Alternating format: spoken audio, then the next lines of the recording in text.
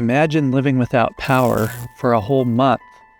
No lights, no water, no heat, no internet for weeks on end. A stark new warning from the Energy Department. According to new projections, Americans could face up to 800 hours of blackouts per year by 2030. That's more than a month without power, and it's raising some questions about the reliability of our electric grid. Here's the hard truth. Our power usage is skyrocketing, driven by tons of new data centers for AI, the spike in electric vehicles, and the push towards more electric appliances.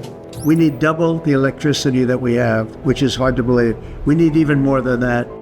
And he's right, but instead we're retiring almost 10% of our baseload power plants like natural gas, coal, hydro, nuclear over the next 4 years. Their replacements are mostly in the form of solar, which doesn't work at night, and wind, which doesn't blow on demand. And we don't have the storage capacity at scale to bridge those gaps. And that's why our grid still relies heavily on these baseload power plants that run 24/7. They keep the lights on when the wind's not blowing and the sun's not shining, and that's what we're retiring. But power generation is only part of the problem. A power grid also has to transmit electricity wherever it's needed. The Department of Energy's own studies show that we need about 5,000 miles of new high-voltage lines every year just to keep up. But we've been falling hopelessly behind, less than 900 miles in 2024 and only 88 miles in 2023. You can do a generation project in a year. The transmission 3 if you're lucky, but it can go over 10. So you can see why blackouts, longer than we've ever seen before, could become our new normal if we don't make some dramatic changes right away. If you just think today about the world we live in and all of the creature comforts we have, you will recognize that essentially none of them would be there without electricity. It is the power source for almost everything out there. You can't communicate. The electrons don't flow in your car, the gasoline won't explode in the cylinders, and you won't go down the road. So if you cut off the flow of electrons in our world today, it's just a whole different world. And the grid upon which we depend for almost everything is very vulnerable. It is just at the tipping point, is the way that the experts will characterize it. But our power grid isn't just strained, it's under attack. This grid wasn't built to withstand the world we're now living in. In 2024, there was a 42% increase in cyber attacks on U.S. energy in just 1 year. How vulnerable is our power grid? It's probably the most vulnerable thing we have. But it's not just cyber attacks. Reuters reports that physical assaults on the grid have remained high since rising in 2022, with about 2,800 reports of gunfire, vandalism, and other strikes on electrical networks last year. Early this morning, we toured the substation that was one of the sites of one of the attacks on December 3rd, leaving my home and 45,000 of my neighbors without power for, in some cases, almost a week. This same strategy nearly brought down the grid for Silicon Valley in 2013 when attackers took out the Metcalfe substation with rifles. Thankfully, PG&E was able to divert power around this station and avoid a real catastrophe. John Wellinghoff was chairman of the Federal Energy Regulatory Commission, known as FERC, and he also participated in the investigation. If they had succeeded, what would have happened? Could have brought down all of Silicon Valley. We're talking Google, Apple, all these guys. Yes, that's correct. While these may seem like relatively small, isolated incidents, the experts say it only takes a few coordinated attacks in the right places to cripple our entire power grid. It was actually a very shocking result to us that there's a very few number of substations you need to take out in the entire United States to knock out the entire grid. Knock out the entire grid? That's correct. How many would it take to knock out, putting the entire country in a blackout? Less than 20. And when this critical equipment is destroyed, how long is it going to take to replace it? We could have events in the future where the power grid will go down and it's not in any reasonable time coming back on. For instance, if when the power grid went down, some of our large transformers were destroyed, damaged beyond use. We don't make any of those in this country. They're made overseas, and you order one, and 18 months to 2 years later, they will deliver it. Our power grid is very vulnerable. But the worst case scenario for our power grid would be an EMP. There is a phenomenon very well known to people who plan wars and build weapons. that the average citizen may not know about, and that is called EMP. And this is electromagnetic pulse. It's produced various ways, but the most widespread pulse would be produced by a nuclear weapon detonated above the atmosphere. A weapon detonated 300 miles high above the United States would reach a line of sight the margins of our country, Florida and northwest Washington, because what the EMP does is to, if it's strong enough, and 100 kilovolts per meter would be strong enough, it fries all microelectronics. That means there will be no more computers. Your car is full of them. There will be no more electricity. The only person you can talk to is the person next to you. Our military is very concerned about the power grid, and they are looking at what's called islanding, because they get much of their power from the private sector. Now, they, like a hospital, they have some generators and some diesel, but that's only going to run for a little while. Then what do you do when that runs out? Because the grid could go down and stay down for a very long time. And even if the nuclear threat never occurs, natural EMPs are created periodically from solar storms. And these can have a very damaging impact on the power grid, with its thousands of miles of power lines acting as antennas. Solar storms are powerful and shoot out particles and radiation into the solar system. When directed towards Earth, geomagnetically induced currents can damage power grids, increase corrosion of pipelines, cause electrical transformer failures, and blackouts. In 1989, a moderate solar storm caused the Hydro-Quebec blackout, which took down power for 6 million people. The entire province had been hit by a power failure. People at Hydro-Quebec are not positive, but they think the blackout was caused by the sun. Hydro-Quebec officials say they know how it happened, they're just not sure why. There was a sudden power surge in northern Quebec, just a fraction of a second. And then, like a big circuit breaker, the whole system shut down. They don't know, but they suspect it may have something to do with solar flares. Over the last week, scientists have recorded some of the largest flares this century. They send out a magnetic shower, which can interfere with transmission lines back on Earth, especially those at high latitudes. Now keep in mind that as destructive as this solar storm was, they can be up to 10 times more powerful than that. And get this, the famous insurance company Lloyd's of London issued a report in 2013 on the solar storm risk to the North American electric grid. It says the total U.S. population at risk of extended power outage from a Carrington-level storm is between 20 to 40 million, with durations of 16 days to 1 to 2 years. But space weather is just the start. In reality, 80% of our current power outages come from storms here on the Earth. The U.S. electrical grid is under strain. Large, sustained outages have happened with increasing frequency in the U.S. over the past 2 decades, according to a Wall Street Journal review of federal data, driven largely by weather-related problems. And the Energy Department says the average annual number of weather-related power outages has increased by almost 80% since 2011. That almost sounds biblical, doesn't it? Because it is. In Matthew 24, Jesus said there would be wars, famines, pestilences, and earthquakes in diverse places. Haven't we seen that? Storms, disasters, crises hitting harder and more often. But then Jesus goes on to say, but the end is not yet. These disasters are serious, but they aren't the final crisis. The Bible tells us what the real end-time issue will be, and it's about control, controlling people's bodies and minds. Revelation says that no man might buy or sell save he that had the mark or the name of the beast or the number of his name. In other words, if you stand up for God and his law, you're going to be banned from the economy until you're starved into submission. Now imagine if that started today. What would you do for water if you couldn't buy it from the water authority? Even most wells can't operate without electricity. That means no drinking, often no cooking, no flushing toilets, no clean water, or your food. Everything in your fridge and freezer spoils without power, and in most cases you can't even cook without electricity. Even most gas ovens won't work without power. Your heat? Most systems can't function without electricity. Picture your home this winter, dark, cold, and silent. Now can you see what's happened? Power itself isn't a basic necessity, but we've made ourselves so dependent on it that food, water, cooking, and heat don't work without it. That dependency plays right into the enemy's plan of control. But God doesn't want his people trapped like this.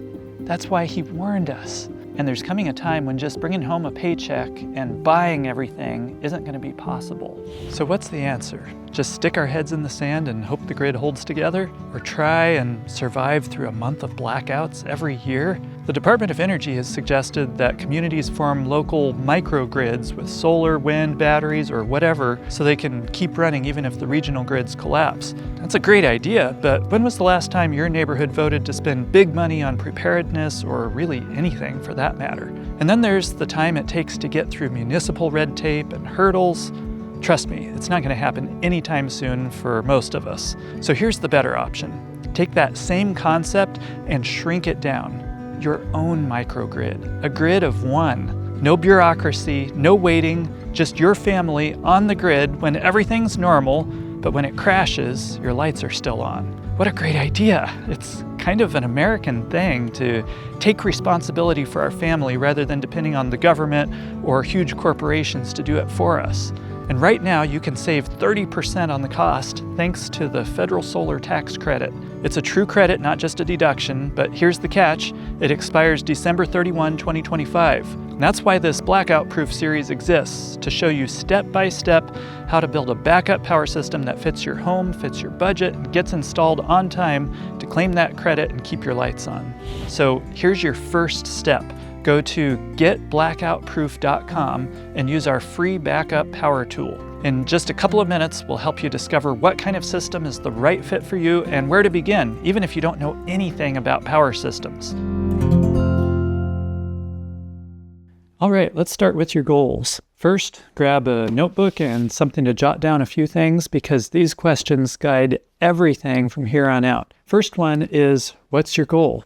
Are you just wanting to cut your power bill a little bit? Do you want to keep the essentials running during a short blackout? Or maybe you'd like to power most or all of your home through a longer outage. Hey, maybe your dream is to live completely off the grid. I don't know. There's no wrong answer. It's just about what fits your situation and your convictions. Next, think about how much of your home do you want to power? The whole house? Well, great. That means a big system and a big budget. Maybe you'll power everything except the big appliances, your HVAC system, electric water heater, electric range, and electric dryer. Or maybe you just want the essentials, your well pump, fridge, freezer, lights, and a few outlets. This is going to impact your system a lot. Then ask yourself, how long do I want to be able to run without the power grid? A few hours, a couple days? Or do you want to ride out something longer, like weeks or even months? And of course, what's your budget? Let's be real now. You're not going to power an entire house for a couple $1,000s. But there are creative ways to take care of bare necessities with a small system, and we'll try and get to that later in this series. Oh, and here's a big one. Do you plan to sell power back to the grid? If you do, your utility is going to require what's called an interconnect agreement, which is basically permission to connect. Some utilities might let you skip this if you set up your system where it can't sell power back to the grid. So you could still use your own solar and batteries to handle your essential loads and lower your power bill and avoid the red tape. Now, be sure to write your answers down because you're going to need them again later. Once you've got those answers, you can start figuring out what kind of system fits you best.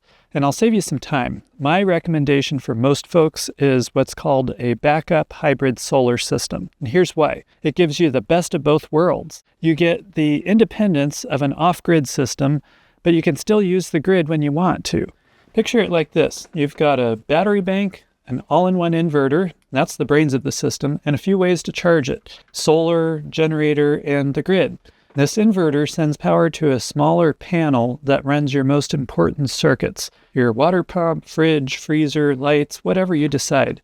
You can run it two different ways. First is you can run the inverter in backup mode, kind of like a giant UPS. Your batteries stay full, and when the grid goes out, it switches instantly and keeps your lights, fridge, and water pump running. The second option is self-consumption mode.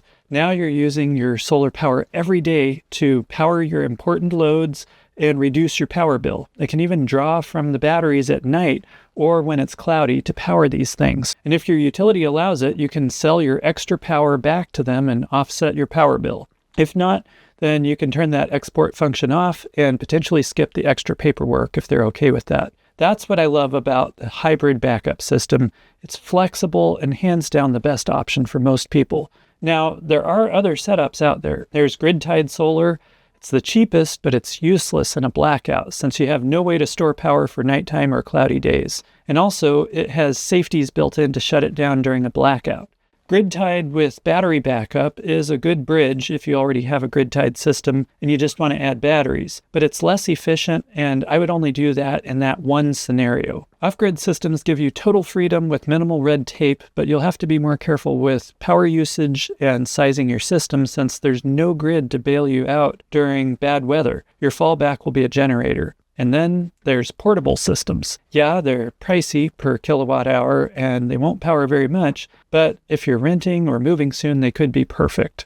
For most homeowners, though, a hybrid backup system really does hit the sweet spot. It gives you independence and convenience at the same time. Before you start ordering gear, you got to know how much power you actually use. This step determines the size and cost of your system more than anything else. The average American home uses around 30 kilowatt hours a day. But if you're running a big house or electric heat, that number can skyrocket even more, and so will the price tag. So let's figure out where you stand. Start with your power bill. Find your highest use month, and then divide the total kilowatt hours by the number of days in that month. And that is going to be your average daily power usage. But remember, a lot of what's in that bill is not essential.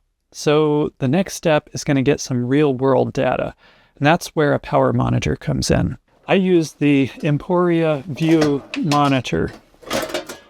It clips inside your service panel and shows you exactly where your power is going circuit by circuit. That's it right there. It'll tell you how much your well pump uses, what your fridge is drawing. It can even help you identify which circuits you want on your backup subpanel. They make an 8-circuit model, which is what's in here, and a 16-circuit version. Most folks are going to want the 16-circuit version unless you have a small home like ours. And if you've got specific appliances that you want to track, Emporia also has smart plugs that can do that and tie in with this main monitor. So these two are the main CTs that measure the overall power coming into your house.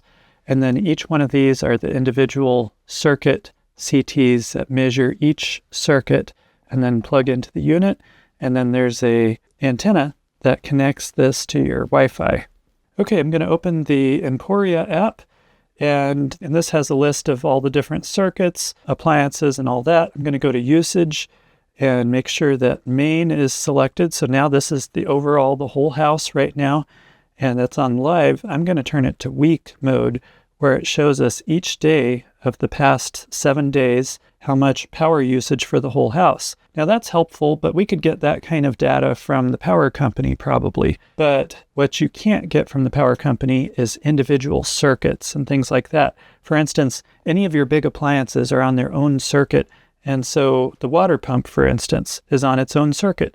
And I can see how much power the water pump used each day. And I can also see over the last 7 days, it used 1.7 almost kilowatt hours. Divide that by 7 days in a week, and you know what your average daily power usage for the water pump is. Or let's say the laundry room. Oh my, you can see what day laundry day was, and then you can average it out over the whole week. Instead of saying laundry room used nothing like it did over the weekend, you could say it was 1.9 over the course of a week. Divide that by 7 days, and that's your average daily power usage for the laundry room. And then you can even get more granular if you use the smart plug by Emporia. It will link right in with all of this. And for instance, our Starlink is on a circuit in the house, but there's a number of other things on that same circuit. And so if you wanted to be able to isolate that one appliance and see what it's using, you can do that. I just plugged it in a couple days ago, so that's why we don't have prior data, but that will isolate that one appliance for you. And so this makes it super, super handy for doing things like designing your system, but also for figuring out which circuits to put in your backup load subpanel, where you're trying to make it where it's got all the stuff that you need, but it's not too much stuff where you have to build this gigantic power system to power it. And so you can go through your different circuits, you know, the bedroom circuit and the this and the that circuit, and see what each one uses. And it makes it incredibly helpful. I don't know how you could do an accurate system design without something like this. So this is your first real step. Grab your power bill, order one of these Emporia monitors, and start collecting data as soon as you can. That way, when we start talking about equipment and system sizing later on, you'll be working with real numbers instead of just guesses. You'll find a link below, or you can go to thereadylife.com/Emporia to pick it up. Before you get too far down the road, make 2 quick phone calls that'll save you a ton of headaches later on. First, call your utility and ask what their rules are for connecting a backup system. Do they require an interconnect agreement even if you never sell power back to them? Some utilities are okay with this as long as your inverter can be disabled from selling back to the grid. Others will still make you do the interconnect agreement. Find out now so you know what you're dealing with. And if you do want to sell power back to them, then you're going to be focusing on what the process is for permitting and the agreement and all that. Second, you're going to want to call your local permitting office, technically called your Authority Having Jurisdiction, or AHJ, the electrical inspector. Ask what their permitting process looks like for this kind of a system, and whether they have any unique requirements that might affect what equipment you buy or how you install it. If you'll be hiring an installer, he may have all the info you need, but it's still good to get up to speed early on before you're committed. To make this super easy, we put together a cheat sheet with sample questions you might want to ask. If you're registered for this Blackout-Proof series or you used our backup power tool, you should have this already. But if not, you can download it using the link below in the description. All right, you just identified what you're hoping to get out of this power system. You've picked the right setup, probably a hybrid backup system, and you're starting to track your actual power usage, which you're going to need shortly when we design this thing. And yes, you're going to be able to design it if you want. And then you know who to talk to about the red tape. Don't we love the red tape? Those are the foundation steps every successful backup system starts with. Now let's take the next step. Head on over to getblackoutproof.com and use the free backup power tool. It walks you through a few questions, gives you personalized recommendations, and gives you the access to resources that we have in this series. So get your power bill. Order the Emporia monitor and make those phone calls and hop on over to getblackoutproof.com. Back in the old days, you had to wire together a bunch of boxes to make a system work. One for the inverter, one for the charge controller, another for breakers and disconnects. It worked, but it was complicated and expensive, and it took up half a wall. I mean, here's a picture of an old system that we installed where you can see all these different components and wires and conduit and all this all over the place. Thankfully, today, we've got all-in-one inverters that handle everything in one clean, UL-listed unit. That's simpler to install, it's easier to permit, and by the way, when I say simpler to install, that not only helps you out if you're doing the installation, but even if you're hiring somebody else to do it, it should cost less because it's going to be quicker and easier to install. And it really is built for the way that people actually live today. So the one that I personally use that I highly recommend is the Midnight Power All-in-One. It's a 10 kilowatt inverter that you can expand later if you wanted to by adding more units in parallel, where you could end up with 20 or 30 or even more kilowatts if you happen to need it. And when you do that, you're adding redundancy, which I love redundancy. If anything ever happens to one inverter, you still have the others as backups. You're still in business. So that's pretty cool. It's a smart, powerful system, and it's built from the ground up for off-grid living. And that last part really matters because even if you're only using this as a backup, when the grid goes down, you're off the grid, like it or not. Now here's where this unit really shines. When a big motor like your well pump kicks on, it needs a big jolt of power for a second or two. The Midnight All-in-One can surge to 200% of its rating, so that 10 kilowatt inverter can deliver 20 kilowatts for that instant without breaking a sweat. And that's the difference between a pump that starts and a system that crashes from overload. It also handles imbalanced loads like a champ. If one leg of your electrical panel pulls heavier than the other, because remember, you've got the two legs alternating in here. If you happen to have a bunch of loads on one leg that pulled really hard at the same time without anything pulling on the other leg, with a lot of inverters, lesser ones, they'll shut down. But this one keeps running, and it's got brains. In fact, let me show you this. This is really cool, especially for when you're running off-grid.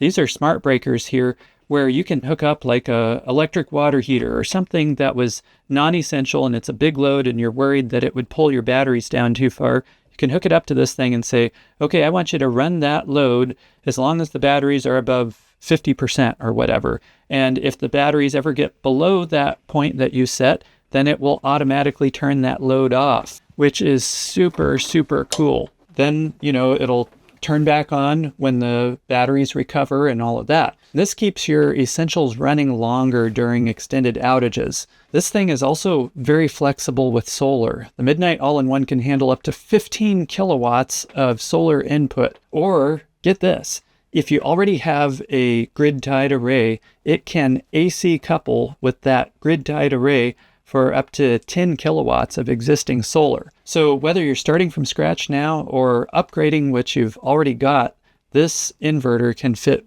beautifully into that picture. Now, all that power has to be stored somewhere, dependable. So let's talk about the batteries that make this whole thing work. Just think of your batteries as a fuel tank. They store energy from your solar panels and keep things running when the sun isn't out. I highly recommend lithium iron phosphate batteries unless you're putting them somewhere that stays below freezing for most of the winter. The cost on these things has come way, way down, and they really are now the most cost-effective option. I was just figuring it up the other day, comparing it to some of the most cost-effective batteries years ago. And even with the prices 10 or 15 years ago, the cost of these is like a fair bit lower. In addition to that, they're completely maintenance-free.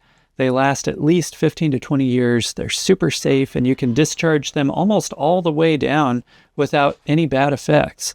And because they charge faster, you can pump more power into them more quickly.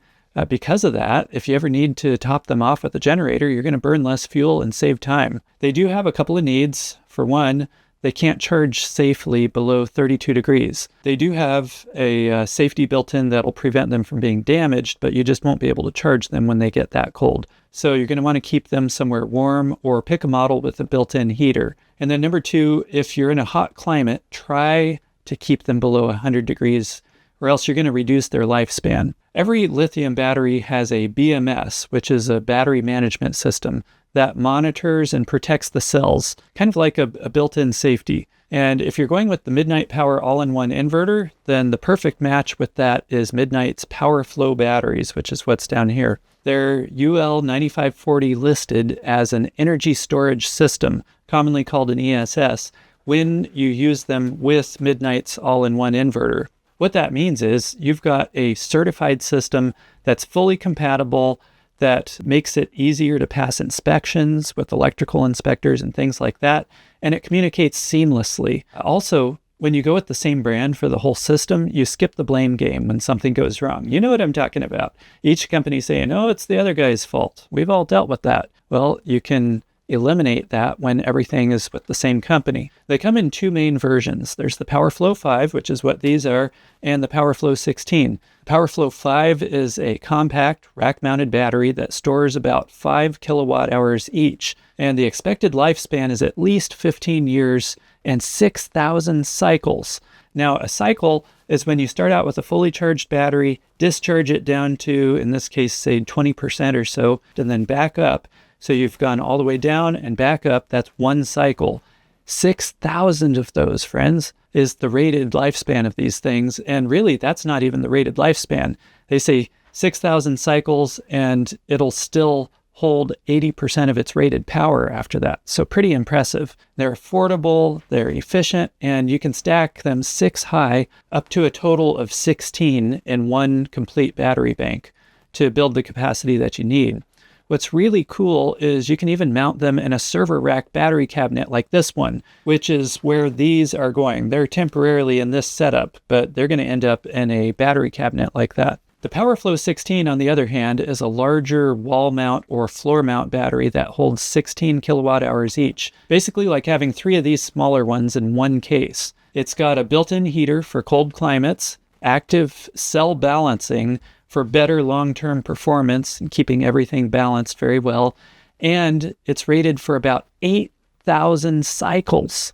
8,000. There's like a 15-year warranty and 20-year expected lifespan. It's also outdoor rated, but I would never suggest leaving equipment like this in the elements. So how do you choose which one? Well, if you're starting small or keeping things budget friendly, then the PowerFlow 5 is a really solid pick. But if your batteries are going to live in an unheated space, or you want the longest possible lifespan and you don't mind spending a little more up front, or if you're building a really large battery bank, then the PowerFlow 16 is going to be the better option. With the inverter and the batteries working together, the next question is, how do we feed them? So let's talk about your solar panels. Your solar panels are the quiet workers in the background. They soak up sunlight all day and they keep your system charged without you lifting a finger. Panels come in all shapes and sizes, but bigger is not always better. You'll see some out there that are rated for like 600 watts or more, and while those look impressive on paper, they're large, they're heavy, and fragile is really the biggest concern that I have with them. I prefer panels in the 400 to 450 watt range or somewhere thereabouts.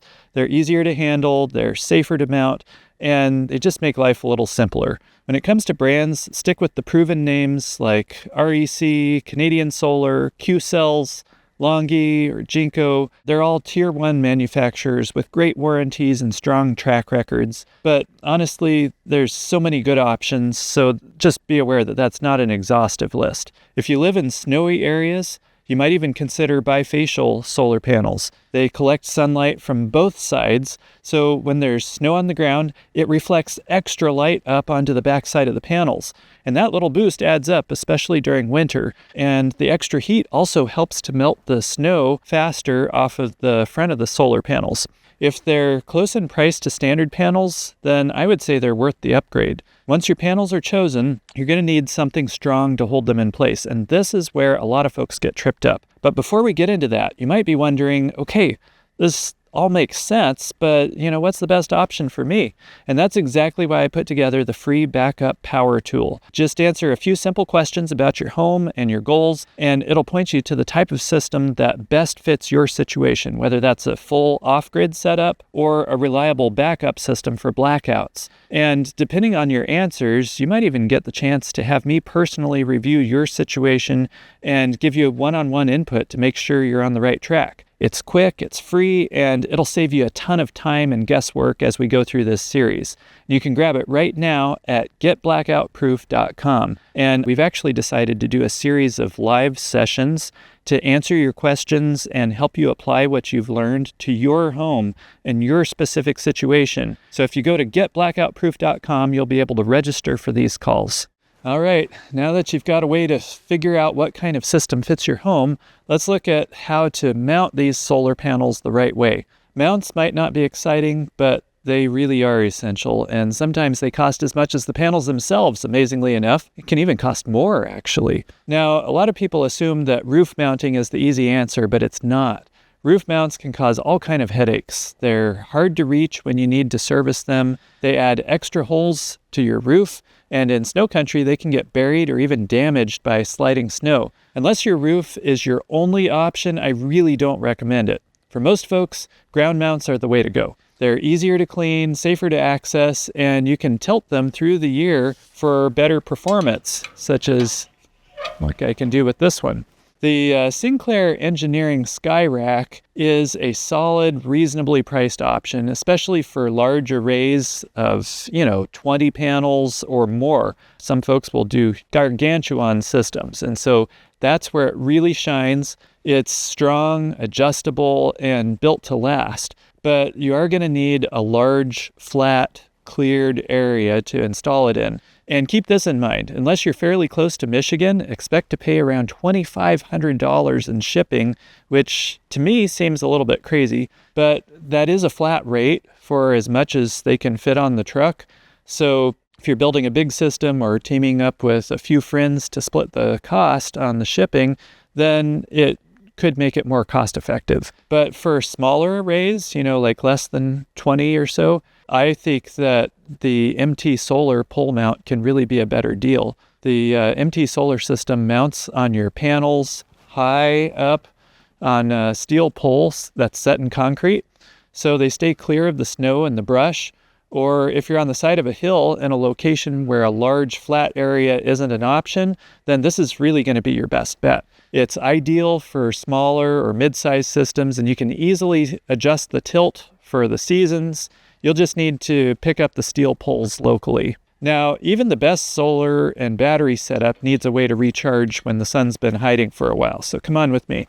So let's talk generators. Every reliable off-grid system needs a generator for backup. It's that second line of defense for long stretches of bad weather or unexpected heavy loads. You may already have a generator, and if so, then no worries. It's very likely that you'll be able to make it work without having the perfect generator. That's actually the situation that I'm in at the moment. I've run a lot of different generators over the years, some of them good, some of them bad. I'm still using the old Honda EU7000 gas generator that I purchased years ago, but I'll be really transparent with you.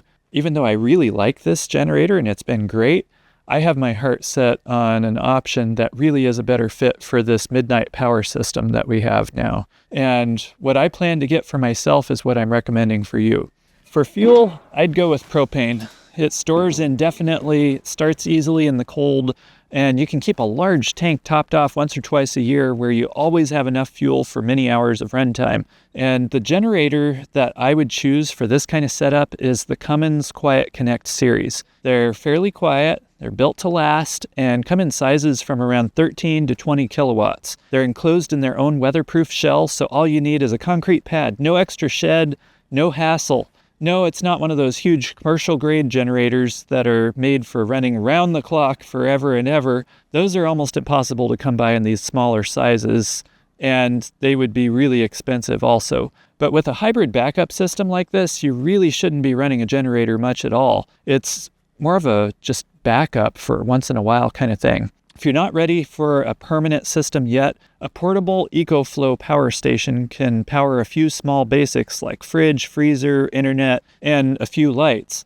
Pair it with a small Honda EU2200 generator and a bit of gas to charge it up once or twice a day, and you've got a system that could keep going for a while. It's a great short-term option while you plan your long-term system. Back in part 2, we covered calculating your daily power usage, how much electricity your home actually uses in a 24-hour period. That really is your next step. If you haven't done it yet, then you need to go ahead and grab an Emporia View monitor. The link is down in the description, or you can go to thereadylife.com/Emporia, and I'll show you what it is just in case you didn't see the last video. This is it right here. It just clips right into your electrical panel and it records exactly how much power you use through the day. This data is what we're going to use to size your system correctly. So order that Emporia and get it installed and let it gather some data for at least a week or two if possible. Because next time I'm going to show you how to take those numbers and size your system so that it fits your home like a glove. Not just too big or too small, but just the right size for the way that you live. So head on over to getblackoutproof.com and check out the free backup power tool. It'll walk you through a few quick questions and show you which system fits your home the best. Before you crunch a single number, you need to know how much sun you actually get. Shade is one of the biggest design killers out there, and you can take two homes right next to each other, one with full sun and the other with a good bit of shade, and the shaded one is going to require, or it could require, twice as much solar to produce the same amount of power. And this is one step that long-distance retailers simply can't account for. That's why we start right here, outside. And so here we are in a spot where a solar array is going to go. And you can tell if you look around, there's some slash piles. Trees have just been taken down to help with the shade, but there's still some more trees that could go down. And so we're going to identify which trees need to come down, and we're also going to see what the shade situation is right here, right now, and take that into account with our system design. So first you'll need an app on your phone, such as Solocator right here, or another one that I have used is called Theodolite right here. And these apps are going to enable us to get the readings that we need for this shade assessment. I think that the Solocator is probably the best option for most because they have a iOS app and an Android app. And also it's only 99 cents. You don't need their extended version, subscription, or any of that stuff, just the plain app for 99 cents. Okay, so we'll open the SoLocator app, and you can use it either vertically or horizontally, either one. And I have mine scaled back where it only displays the two pieces of information that I need. It's got the vertical degrees of inclination, and it has the horizontal bearing that you're going to be using. And we're going to use those two to pinpoint where the shade is. I'm going to start by looking over at the east, at my eastern horizon. And so I'm going to step over here, and I'm on the spot roughly where the solar array is going to go. And that's typically going to be on the northern end of a clearing, because what that does is it gives you the maximum amount of distance between you and trees that might be to the south. That gets you further away where you're out of the shade, which is what you want. And so I'm going to start by looking at my eastern horizon. I'm going to put my crosshairs over, we'll start right about there. And then I'm going to take snapshots all the way across my horizon, following that skyline, wherever there's an obstruction, and you just work your way across. If there's any trees that you plan on taking out, then you can ignore those and just do a shot where you expect that the horizon will be once that tree is gone. And we'll just work our way across here. It doesn't take long. You don't have to do every tree, just where things change. Then we're working our way over to the west. And that's all there is to it. So now we have our readings, and we're going to go inside and chart these readings on our sun chart. These are proprietary charts that I had to create myself since I couldn't find them anywhere. And you can download these charts for free on the BlackoutProof resources page. Just go to getblackoutproof.com, and you'll find 3 of them there that are based on the latitude of your location. There's a chart for 31 to 37 degrees, one for 37 to 43, and one for 43 to 49 degrees. If you don't know what your latitude is, you can look it up on a Google search by doing a simple search for your town, like Bozeman, Montana latitude or whatever.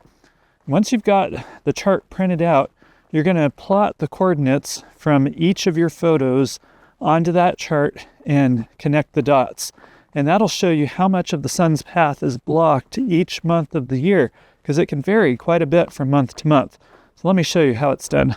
So in this particular location, we're at 49 degrees latitude. So we're going to use the 43 to 49 degree latitude chart. So you're going to print that out if you can. Once you print it out, we're going to plot the coordinates that we just got on our pictures on the sun chart. So you can transfer those pictures to your computer if you want, or you can just pull them up on your phone. That's fine, doesn't matter. We just need to be able to see those 2 numbers, the bearing, the horizontal bearing, and the vertical degrees of inclination. And this sun chart here is quite an amazing thing. The horizontal axis is your compass bearing, and the vertical axis, of course, is how many degrees of inclination up in the sky. You'll notice there's blue lines. That represents the arc of the sun through the sky, across the southern horizon for each month of the year. And the lowest line is December, and then next is January, then November. So they're not in sequential order. They are in order of where is the sun positioned for that month. As you can see, in the northern latitudes, it's quite exaggerated. If you look at some of the charts for more southern latitudes, it's not as exaggerated, the difference between summer and winter. But you can see that in the winter, the sun is very low in the horizon here, only gets up to about 21 degrees or so at noon. And then these red lines represent each hour of the day. So 8 a.m., 9 a.m., 10 a.m., 11 a.m., so on and so forth. And that's standard time, not daylight savings time. So what we're going to do is we're going to open up our first picture. The bearing is 77 degrees, and the vertical degrees of inclination is 15.6, so we'll round that up to 16. So 77 and 16. And now I'm going to come over here. The easiest way is probably to just print it out and do it with a pen. But for the sake of showing you, I'm doing this digitally here. So 77 degrees is, let's see, 60, 65, 70, 75, so 77, so slightly past there, and then 15. So right about there is our first reading. Then we're going to go to picture number 2, and that's 87 and 11. So we'll do, so 87, so right about there. And then you're just going to work your way across. So you get the idea. I'm going to now delete this and show you a completed one where you can see what a final one might look like. And you can see where each tree is, so on and so forth. And that can be really helpful in knowing which trees might have a real impact on your solar and might be worth taking out, or maybe it's not such a big impact and you want to leave it. In the case of these trees here, they're beautiful big cedars that were deemed to be too important to take down, so you just deal with it and build a bigger solar array. Basically what we're doing here is we're looking at what portion of this is shaded. We're going to connect all the dots. We're going to play a little game of connect the dots. And then we're going to count any of these numbers that are below the line. And that's going to tell us what percentage of each month is shaded. And so let's start with December here. And you can see the number 15 there. Because a portion of this segment is shaded, we're going to estimate what portion of that is shaded. I'm going to say it's about a third. So a third of 15 would be 5. So I'm going to go 5, and 11 is 16, and then another 5 is 21, so 22. And then I'm going to say that's probably a third of 18, so 6. So 22 and 6 is 28. And then I'm going to say maybe 10 out of this 15 is shaded, so that'd be 38, and 48, 49, and then 54, 55. So about 55% of December is shaded. So basically what that means is if you were to get a sunny day in December, roughly 55% of the available solar radiation that's coming in is actually going to hit the solar panels. That's effectively what it's telling you. And so what I want you to do is to jot that number down. You can do it here. You can do it on a piece of paper, wherever you want, but you're going to jot it down for each month. What number is shaded? Now that's important. The amount that's shaded, the amount that's below the line. And once you have all of those numbers totaled, then we're ready to go to the next step. Now I'd like to introduce you to my system design calculator that is the work of many years. I keep adding to it, making it better. This is what I personally use when I'm designing systems for people. I've never shared this with the public for free before. I'm sharing it with you because I want to help as many people as possible take control of their power needs as quickly as possible. Let me give you a quick overview of this calculator, but if you don't have access to it yet, you can get access by going to getblackoutproof.com. When you get into the resources page, there will be a link to it. It's going to pop up like this. It's a Google Sheet.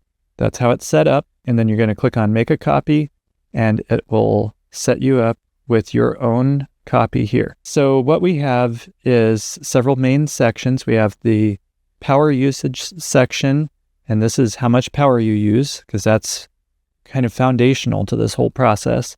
Then we have the solar section, where we're going to figure out what size of solar array you need, and we're going to plug in the elements that we need to know about in order to come up with an accurate size for your solar array.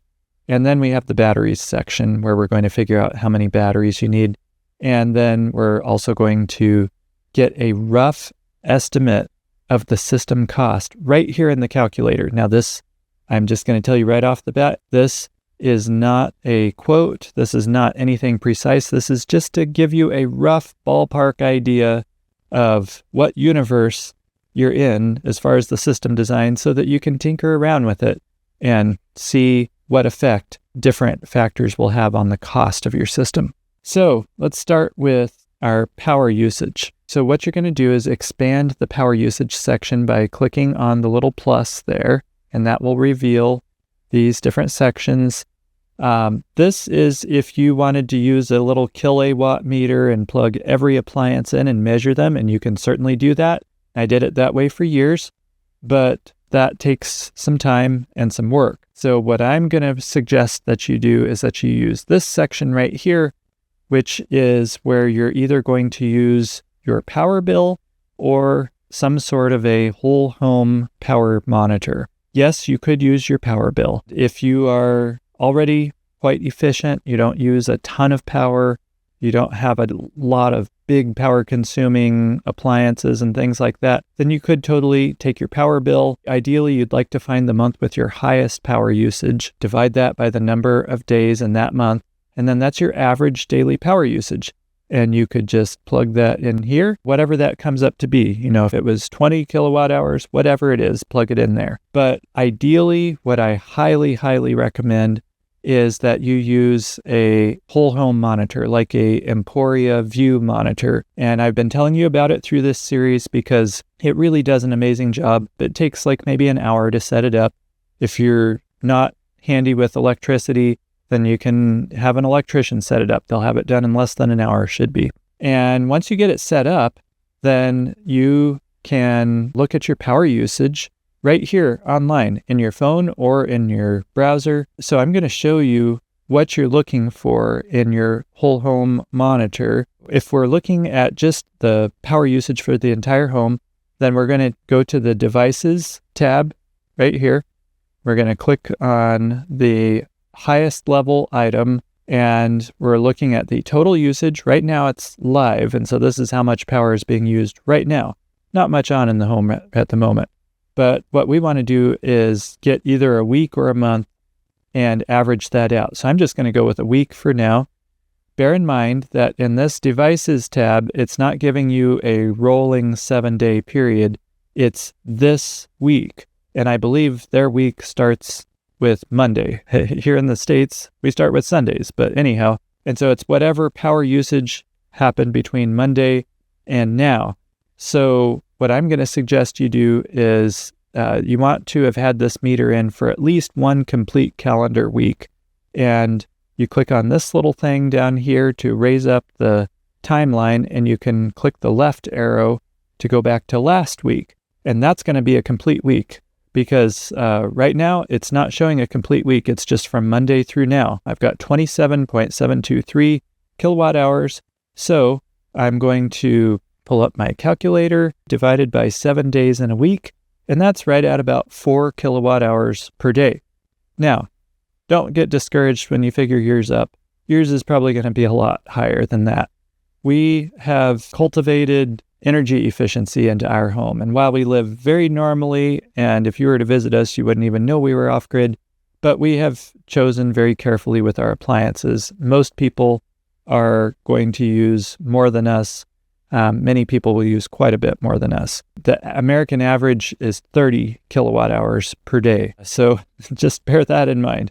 But that's how we're getting our average daily power usage if you're doing your entire home. Now, let's say that you come up with a huge number. Let's say you come up with 60 or 80 or 100 kilowatt hours per day. And we could go with that, and you could design the system and just see what the cost would be, get a rough estimate in the calculator. You could do that. But I'm just telling you, it's going to be a boatload of money, and you're getting into a whole nother league with these massive systems. And so probably what you're going to want to do in that kind of a scenario is to separate your essential loads, the things that you really need during a blackout.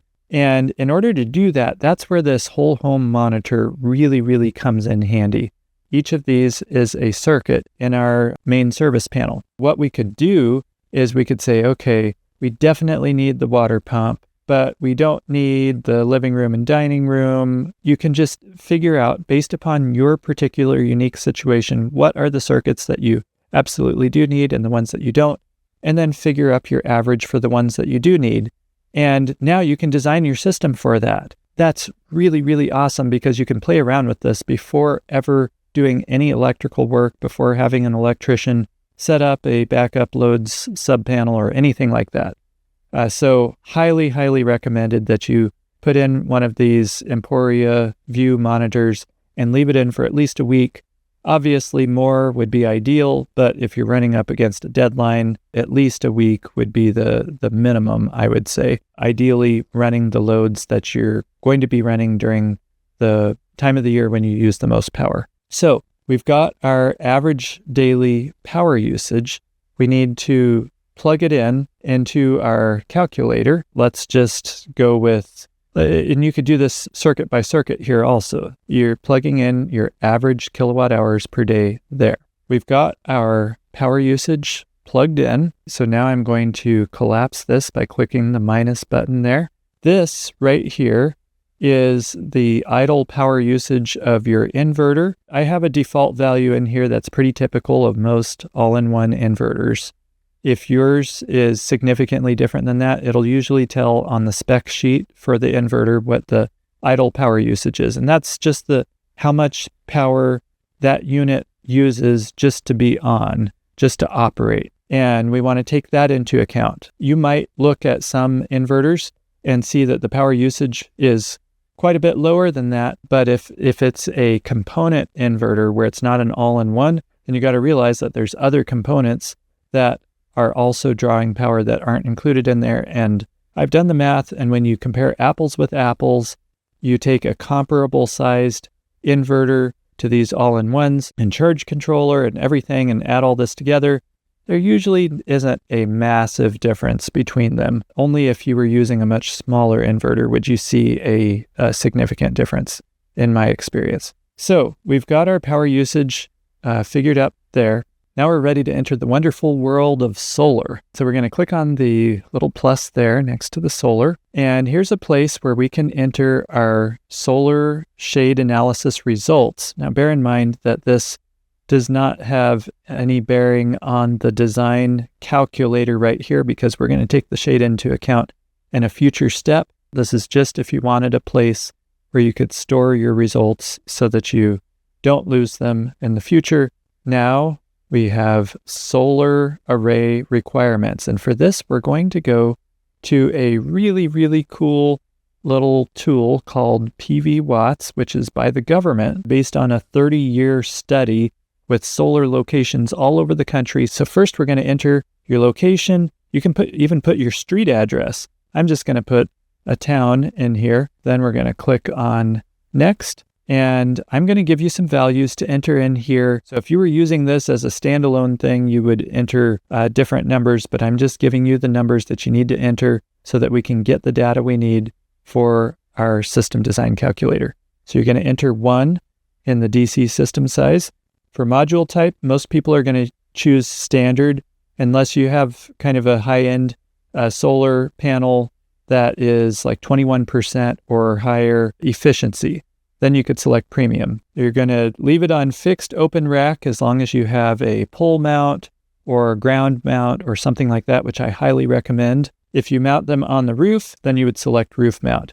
These others are for tracking devices, which almost nobody uses these days. So it's going to be one of those two, either fixed or roof mount. And then for system losses, I am going to go in here and tweak a couple of things. I'm going to eliminate the shading. I'm going to knock that down to 0 because we're taking shading into account manually based on our much, much more accurate shade assessment that we just did. Then the other thing that I'm going to change is availability down to 0 because we're not interested in the impact on annual kilowatt hours. We're looking at the factor of how is this going to impact my daily power usage and being able to power my home. That knocks it down to 8.68 system losses. So then for the tilt, if you want to just go with a number that is an average number for year-round use, then pick whatever your latitude is. If you wanted to get more precise and design this for the winter time, then you could take your latitude and add 15 to it, and that's a good setting for wintertime use often, but I'm just going to go with a year-round use for design purposes. So just pick your latitude, plug it in there, and leave the azimuth at 180 degrees due south. Then we're going to expand the advanced parameters. We're going to change this DC to AC size ratio to 1.0, For inverter efficiency, 96 is probably fine for most of your good quality all-in-one inverters. I'm going to change it to 95 just to be a little bit more conservative. For ground coverage ratio, you're going to change that to 0.01. If you are planning to use bifacial solar panels, then you could change that to yes. But for simplicity, we're just going to keep this no right now. And then here is where we're going to enter our shade assessment results. And you'll remember these were the numbers that were shaded. And you can see this is monthly irradiance loss. So they want to know what percentage is lost to, in this case, the shade. And so that's what we're going to enter here. Okay, so we've got our shade assessment plugged in there. We've got all of our factors and we're ready to go to the next step. And this is where we get our results from PV watts. And watch this. I'm just going to click my mouse up here next to January, and I'm going to drag it all the way down to here, and I'm going to copy it. And then I'm going to come over here to our system design calculator, going to click there, and I'm going to paste. And voila, there we have our corrected results. This is our solar results corrected based on our solar climate, a shade, temperature, all kinds of factors. So I'm going to collapse that. And now we're going to move on to the next section. Choose your chosen solar panel specs. This is if you already know a particular type of solar panel that you know you want to go with. I typically recommend 400 to 450 watts. You could leave that at 0 if you didn't know, if you didn't have a clue what you were going to go with. And then I'm going to expand the next section, and this is where we get our results for what size of solar array that we would need for this system based upon climate, shade, temperature, all these kinds of things on average to power our home. Now, you notice I said on average. That means that there could be some days where you're getting more than this, some days you're getting less than this. Let's see, the worst month for this location is December. It would require 11.83 kilowatts. This is estimates. This is not precision. And the weather varies from year to year. And so if we went with 450 watt panels and we wanted a appropriately sized array for even the winter time for the worst month, then we'd go with at least 26 of those 450 watt panels, which would be almost 12 kilowatts. Most locations, you might see 2.6 in the summer and then maybe 3 or 4 in the winter or something like that. But this is pretty extreme. And so when you're in an extreme climate like this, if it causes your solar array to be absolutely massive, where it's getting to be cost prohibitive, then something that you can totally do is to say, hey, it's more moderate from February through October. So I'm going to design for these months and I'm going to go with 5.5 kilowatts of solar. And then I'm just going to realize that I don't have enough for November, December, and January. And so for those 3 or 4 months out of the year, I may need to supplement with either grid power or the generator to get me through. Of course, it's not going to be all of your power, but a portion of it. You may need to top your batteries off through those months because you don't have enough solar. That's certainly an option. These are judgment calls that you're going to have to make. This is why people pay for human designers, because we can help you to make educated decisions and juggle your budget with all kinds of other factors like this. But let's just plug in a number here. Let's say that we're going with designing for 8 or 9 months out of the year and not worrying about the winter. So 12 needed there, 9 there. So we're going to go with 12 panels. So that means our array would be 5.4 kilowatts. Perfect. There we go. We're ready to move on now. So we're done with solar. We'll collapse the solar section, and we're going to move on to batteries. Now, this is going to be pre-populated for common lithium batteries. That's what is highly recommended for most situations these days. You've got the options here. There are other options if you wanted to go with lead acid or other types of batteries. You can choose other voltages, but for lithium, you would select that. And then number of days of reserve power. This is something I need to chat with you about for a minute. This is talking about how many days that you could run entirely on battery power with no solar coming in. So this would be like a worst case scenario in the winter or whenever, whatever time of year is really bad for you, where you've got a really big storm, it's super, super cloudy, and you're producing almost no solar. How many days would you like to be able to operate off of just battery power? There's kind of a rule of thumb in the industry for a moderate climate, 2 or 3 days of reserve power. I'm a little bit more conservative with battery power because I'm a preparedness guy, you know? I like to be prepared for not the optimal conditions. And so I would only go with 2 days of reserve power if you were in like a desert location where the sun is very consistent. For moderate solar climates, I'd go with 3. If you start getting into more northern cloudy climates, then you want to start looking at 4 or even 5. Then if you are going with lithium and the batteries are going to be in a household temperature, then you just leave these settings where they're at. You could change this if the batteries are going to be cooler. For most applications, hopefully it's going to be in the 55 degrees or higher range. And then battery efficiency, of course, you would leave that on lithium as long as it is lithium. And for the desired depth of discharge for most lithium batteries, you're going to go with using 80% of its capacity.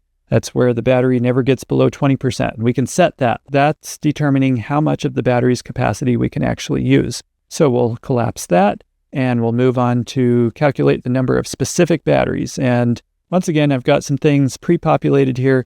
This 51.2 is for lithium batteries, and that are 48 volt systems. And I don't recommend going with anything less. Then for this, you're going to get this off of the spec sheet of your battery. And if you're going with a server rack battery, most likely it's going to be 100 amp hours. And so that's why this is pre-populated. Then it's going to give us an estimate of how many of these specific batteries we would need in order to have the number of days of autonomy that we selected. So remember, we selected 4. And so based upon our average daily power usage, we would need 11 batteries in order to be able to go 4 days without any solar charging at all. Let's just say we wanted to be extra conservative and we went with 12 of them. Okay, so there we go. The last step here, this isn't as critical. It used to be more critical with lead acid batteries, so this is kind of a holdover from that. But if you're a little bit geeky and you want to see whether you're charging the batteries too hot, too fast, or too slow, then this will give you an idea. For lithium, it's a lot more forgiving. The range is a lot wider. Ideal would be 0.25 to 0.75. This is the ratio of charging to the capacity of the battery. And so we're pretty close to the 0.1. Yes, we're not charging very hot. We've got a lot of battery capacity because this is an extreme solar climate. There's long storms and there's many days of autonomy there. That makes our battery bank more inflated. If you're in a moderate climate and you're designing for like 3 days of autonomy, then you're probably going to be more in this envelope. Or you could add more solar, and adding more solar is always a great option. Remember, we underpowered this solar array. In fact, I'll show you real quick. This is the beauty of this tool, is you can play around with it. So the minimum size needed, if we wanted to put in an array large enough to power us in December, then 26, let's just say 26. So then that almost doubles our solar capacity there. And look at that, this number is now 0.19, which is well within the range of what they say is good, not quite in the ideal. So the moment you've been waiting for, the cost of the system. So once again, this is a rough estimate. This is not a quote. This is not including all the little components that go into a system and wires and labor and all these different things. But this will give you a rough idea of the major components cost. We have the number of solar panels, that's 26. The rough cost, so if you click on the link, it'll take you to our favorite retailer. This is based on their current going rate for typical solar panels in this range of $200. So $5,200 for the solar array.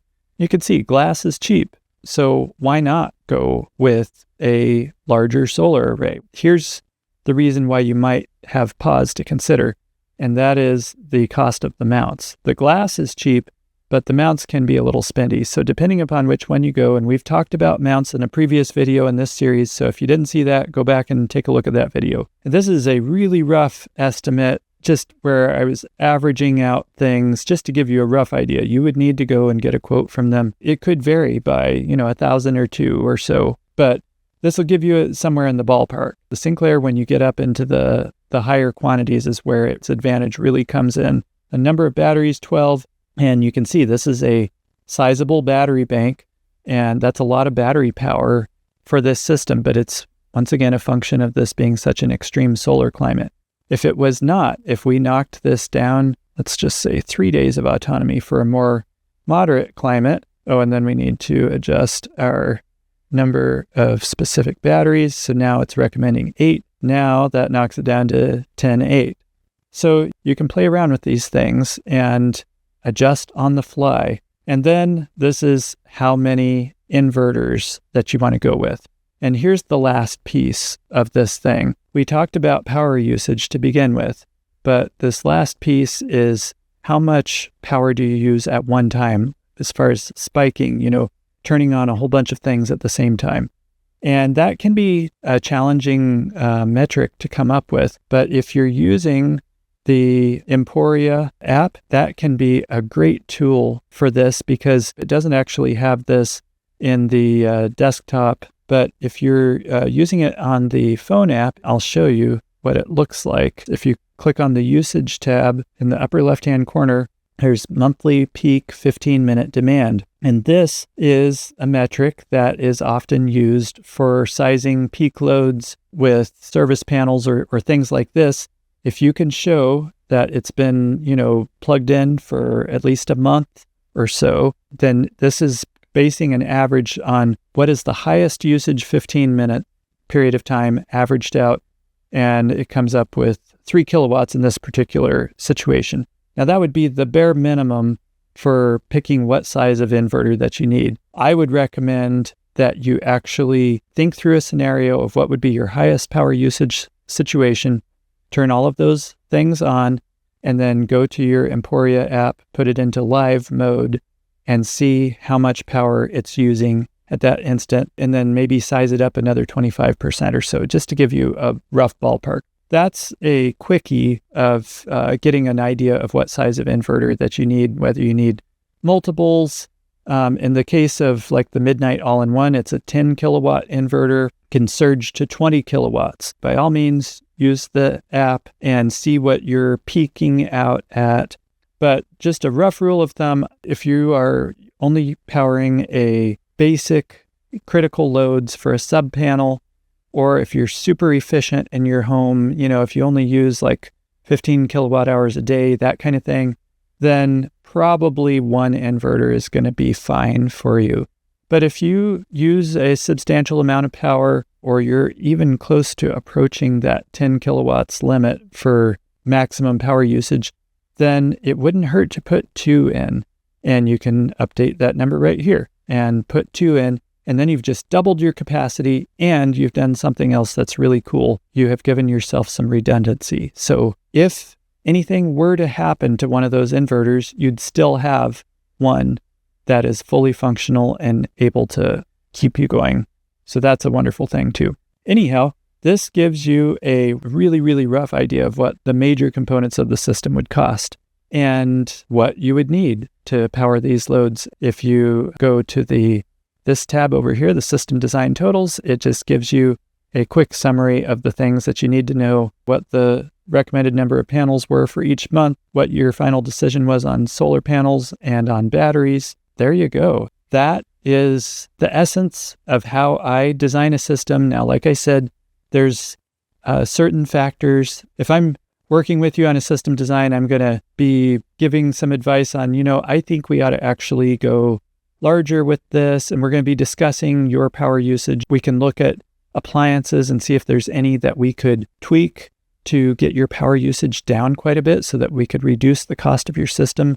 That's one of my favorite things to do, is going through this and seeing folks get sticker shock and they're like, oh, wow, that's a crazy expensive system. And I'm like, okay, well, let's take a look at your power usage and your appliances.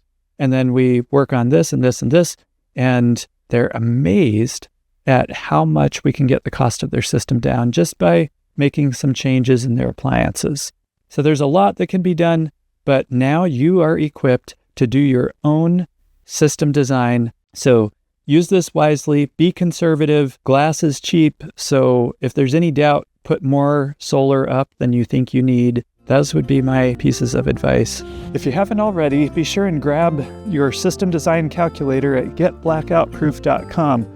This tool is going to help you avoid the costly mistakes I've seen so many families make, and you'll be equipped to design a system that fits your home and your budget. I've worked hard to make this process as simple as possible so that anyone can do it, and you'll never regret doing it right.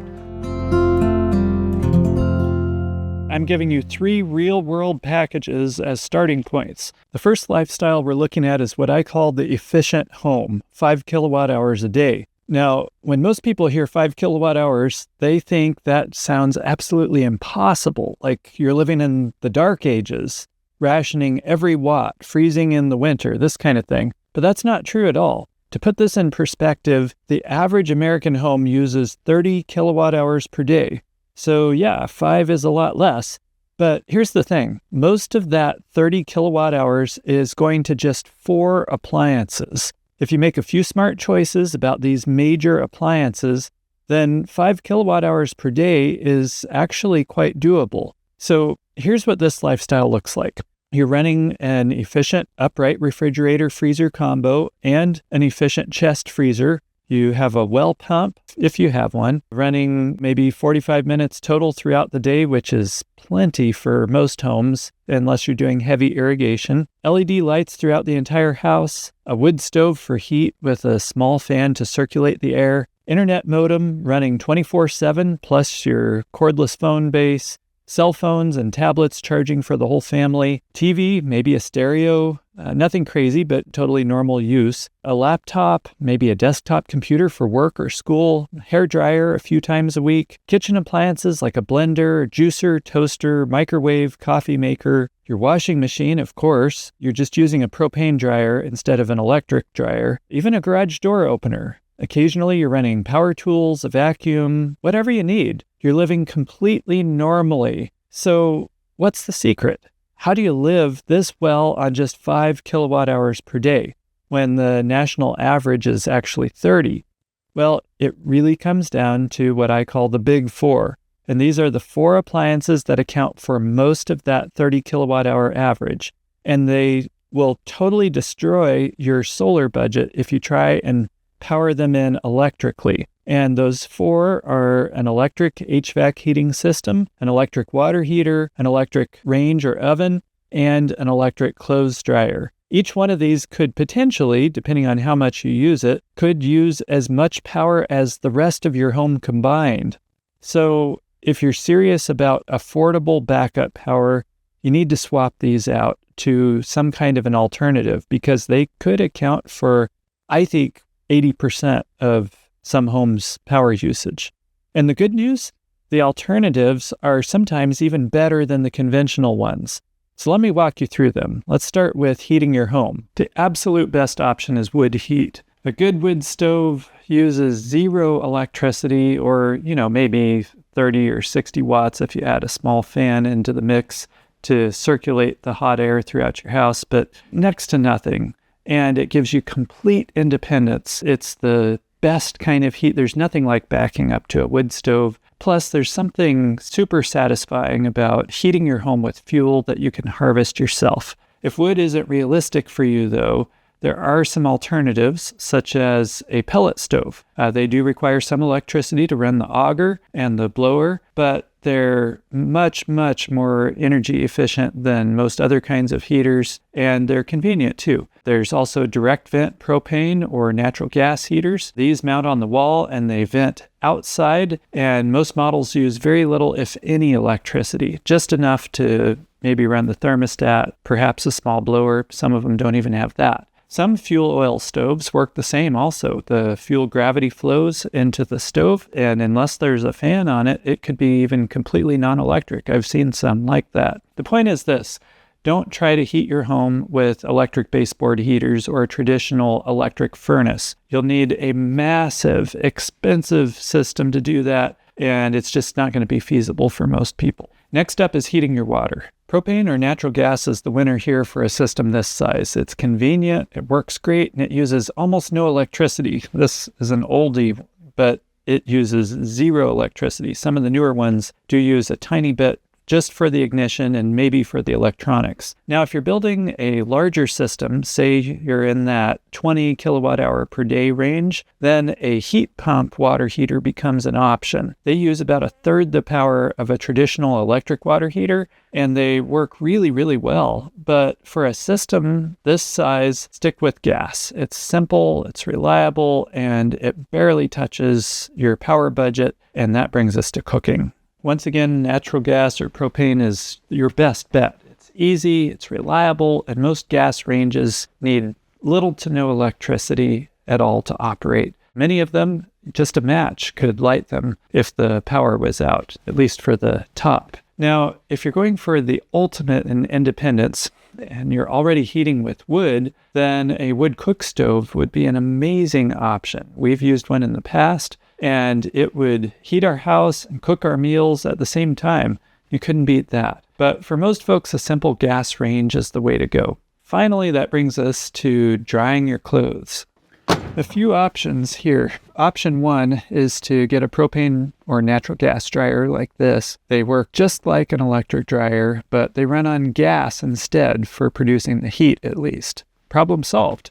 Uses maybe 200 or 300 watts of electricity just to turn the drum, and everything else is gas for the heat part at least. Option number 2 is to hang your clothes out to dry by air. We did that years ago and it worked great. Some people prefer air-dried clothes. Third option is if you go with one of the larger systems, you could use a heat pump dryer that uses only a fraction of the power that a conventional dryer does, and it eliminates your need for propane for that. So that's the efficient home lifestyle. You swap out the big four and suddenly 5 kilowatt hours becomes doable. And if you already have a number of big four appliances in your home, you may decide to set up a backup load sub-panel and only power that during a blackout.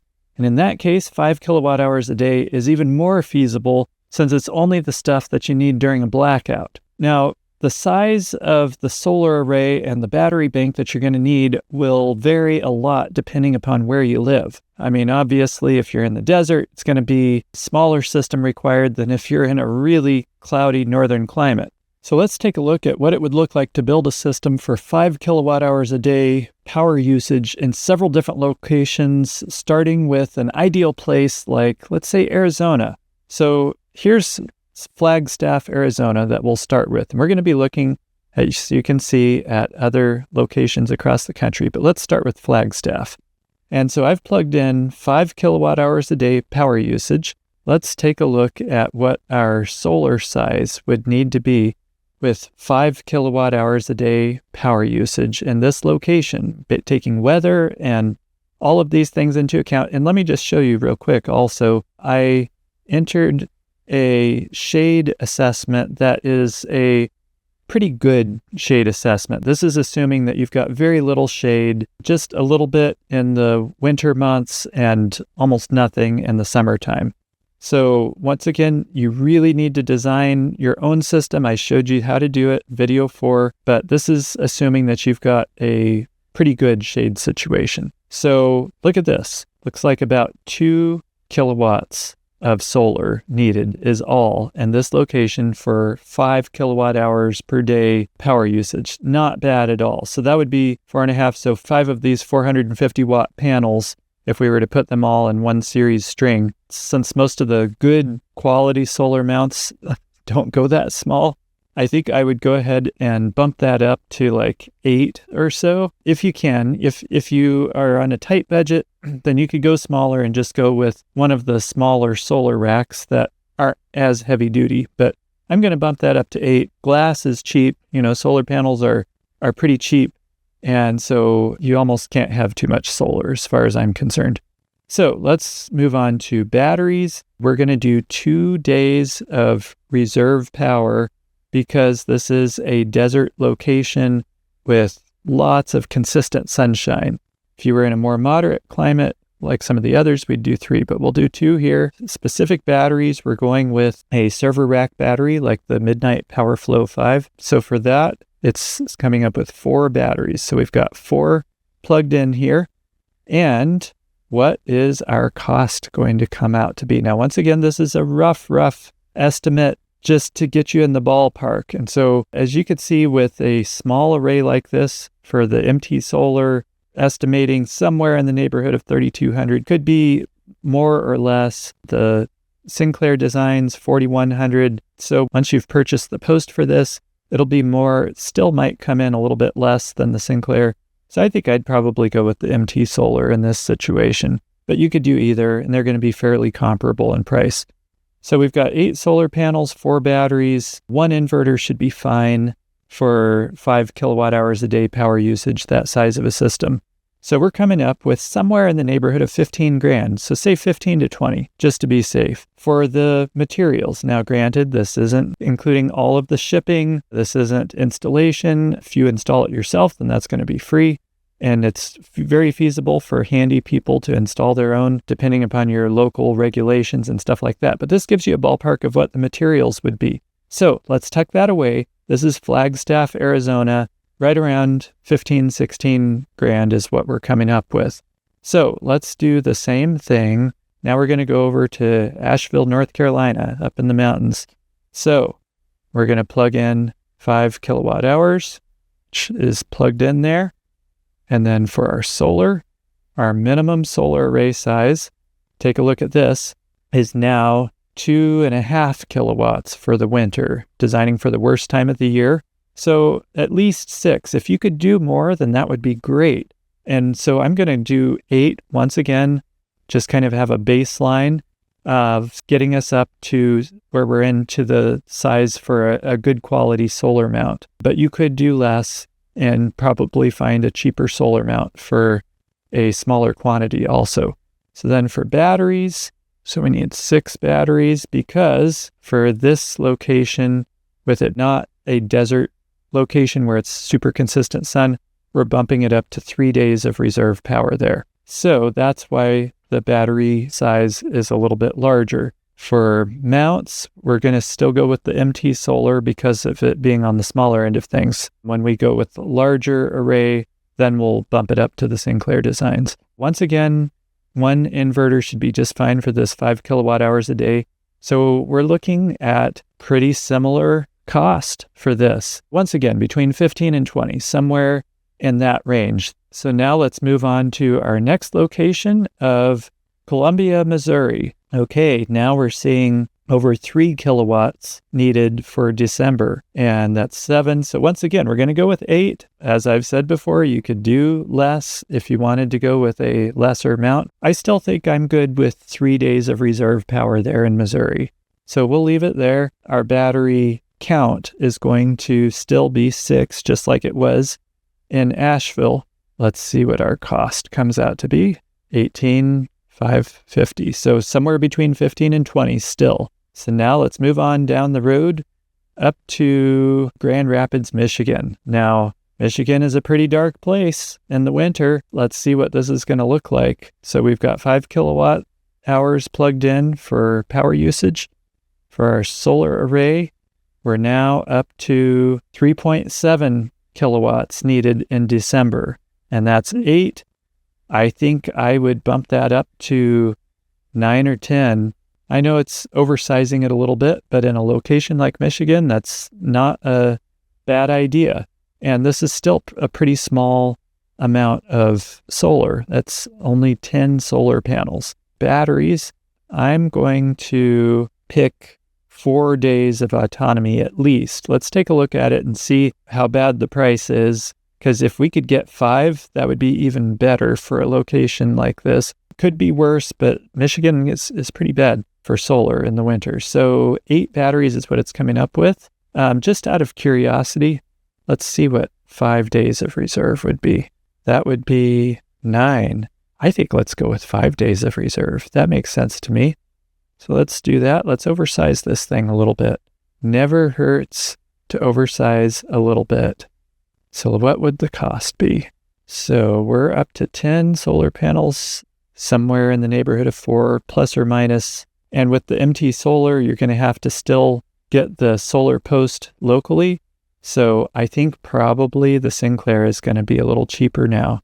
So this will depend upon your particular situation, whether you have a big flat area or not. Let's just say you do, and you want to go with the Sinclair. So let's go with that. So one inverter, one of these midnight all-in-ones should be just fine. We're coming up with right around 25 grand, plus or minus somewhere in that neighborhood. So we were down close to between 15 and 16, the calculator was saying, for Arizona. Now we're up to almost 25 in Michigan. Interesting. Okay, let's go on down the road to Concord, New Hampshire, and take a look at what we've got here. And we are at 3.25 in December. So that would be 7, let's say 8. And we could certainly oversize it. We could jump up to 10 if we wanted to. That wouldn't be a bad idea. This is not quite as bad as Michigan, actually. We could do 9 perhaps. It'll depend on your mounting system because some of them may allow 9, some you may need to step up to 10. So there's some variations like this. And this is where a human working with you works so much better than a calculator like this. We're going to do 4 days of autonomy for this one, I think. Let's just see what that comes out to be. So 8 batteries. Once again, stepping up to 5 days of autonomy would give us 9 batteries. I think we'll stick with this and see what we come up with here. Yeah, I think for 9, if I recall right, the MT Solar is the one that you can do 9. I think with the Sinclair, the smallest they have is 10. This gives you a ballpark. So once again, that's all we're after right here's a ballpark, somewhere between 20 and 25 grand. Pretty comparable to the Michigan scenario as could be expected. And now let's make a trip over to Spokane, Washington. And this is going to be our most challenging climate, further up, more northern latitude and very cloudy. So for solar, we're looking at, look at this. Yikes. Almost 5 kilowatts needed in January. So that would be 11. So we're going to say 12 solar panels for that. So 5.4 kilowatts. And then for batteries, at least 4 days of reserve, but I think we're going to want to step up to 5 if possible. Let's just see how it works out to be, which it's going to be the same as the others. So I'm going to go ahead and bump it up to 5, and that's going to be 9 batteries because this is based on your power usage. This is a snowy location, so the MT Solar is going to have an edge over the Sinclair because the snow builds up. And that is something to take into account with the Michigan and New Hampshire ones. I'm not super familiar with how much snowpack you end up with. And I know that you'd want your solar panels off the ground a little further. So I'm going to lean towards going the MT Solar route, and you'd have to tack on another $750 to $1,300 for a post. We're in the range of, once again, 1 inverter. So we're still in this ballpark of 25. I think it's going to be more 25 to 30 for this system in Spokane. So you can see what a difference your location makes. We've ranged from somewhere between 15 and 16 to 25 to 26, somewhere in that range, just based upon location. And we're going to see even more variation when we look at the larger systems. The second lifestyle is what I call the moderate home, 10 kilowatt hours per day. And this is where you've got double the power of the efficient home. And that extra breathing room makes a big difference. You're still keeping the big 4 on gas or wood or some other alternative like that. And remember, the big 4 are your heat, your water heater, your cooking, like oven and range, and your clothes dryer. And they're all handled efficiently, either without electricity or with low power options. But now you've got room for some expansion, bigger loads, or just more convenience. So what does this look like? Well, we're taking everything from the efficient home that we just looked at, plus you've got options. Maybe you add a second refrigerator or another chest freezer. If you're processing a lot of food and stocking up, that cold storage becomes really valuable. Or maybe you put that extra power into heating and cooling, a mini split heat pump running more aggressively in the summer, or a second mini split system in another part of the house so that everyone's comfortable. You could upgrade your heating to something more convenient, like a pellet stove that feeds itself, or a propane furnace with a thermostat, You're still not using electric resistance heat, but you're getting more automated comfort, more workshop time with power tools, perhaps longer computer use, an efficient dishwasher. You get the picture. You're not being strict, super strict about conservation. You're just choosing your appliances carefully, and then you're living pretty normally. So once again, the system size is going to depend on your climate, and it can vary quite a bit. So let's take a look at how this looks in our calculator for 10 kilowatt hours per day. So we're picking up once again with Flagstaff, Arizona in the sunny desert. So let's take a look at what 10 kilowatt hours a day looks like. I've plugged that into the calculator, and here's our solar usage. Now we are needing almost 3.5 kilowatts of solar. And so we're going to go with 8 of these solar panels now, which interestingly is the same number that we went with for the previous system because we were trying to get up into the larger racks.